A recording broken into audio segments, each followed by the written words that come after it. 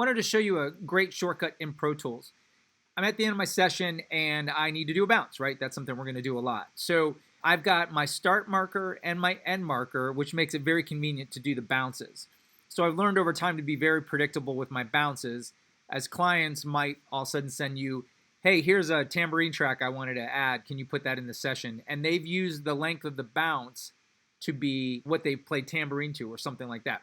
So I want to be very predictable. Click on start, hold the shift key, and click on the end marker. So that's great. Now I've highlighted that and that'll be my bounce.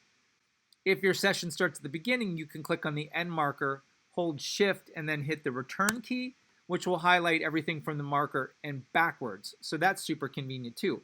But you can see here, this is all empty space. I don't need that part of my session. So I'm going to be doing this a lot as I'm getting close to doing my bounce, the end of my session. So here's the shortcut. I'm going to click on the marker so you can see what I'm clicking on, and it brings up the new memory location. Except I'm going to not call it a marker. I'm going to call it a selection, and I'm going to call this bounce. And notice I can also then select any of these other properties as well. So I'm going to say track heights, for instance, right? And now I'm set. So I'm clicking everywhere. Maybe I'm doing some editing with my sessions. I'm making them jumbos, something a little bit different. I'm scrolling around, and oh, okay, I'm ready to do my bounce. I can bring up this window, and I can do my bounce. Right? So if I click on that, notice everything snapped back to where I was at. But here's the cooler thing if you have a numeric keypad. I always make that 3, 3, 3.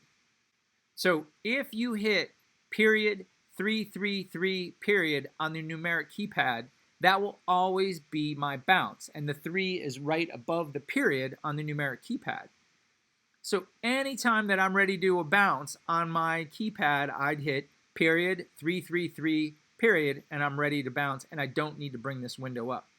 Again, with this memory location window up, no matter what I've done to the sessions, if I make them all micro, for instance, right? If I click bounce, look, it's all ready to go, and my set selection is ready. It'll always play from the same spot. Really cool shortcut, and then if you incorporate whatever workflow works for you for that number, that's the number that I've settled on. That's my bounce. It's pretty easy. So period 3, 3, 3 period, and I'm ready to do my bounce. And my bounce will always be between those two markers. Hope that helps.